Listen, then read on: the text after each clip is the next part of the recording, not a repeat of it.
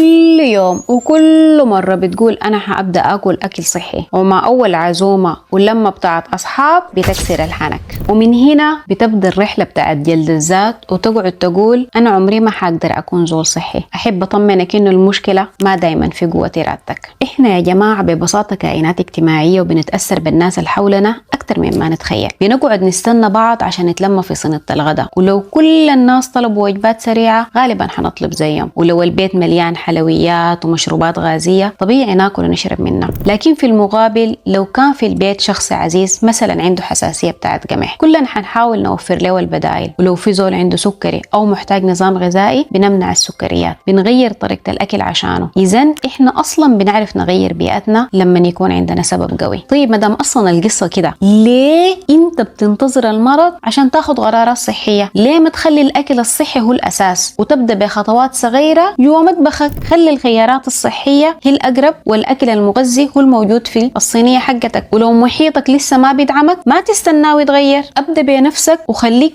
أنت الملهم. خلي اللي حولك يشوفوا التزامك وتحسن صحتك، لأنه العادات الصحية معدية زيها وزي العادات الغير صحية. أبدأ بنفسك ويمكن تكون أنت السبب اللي بيخلي البيت كله يعيش بطريقة صحية.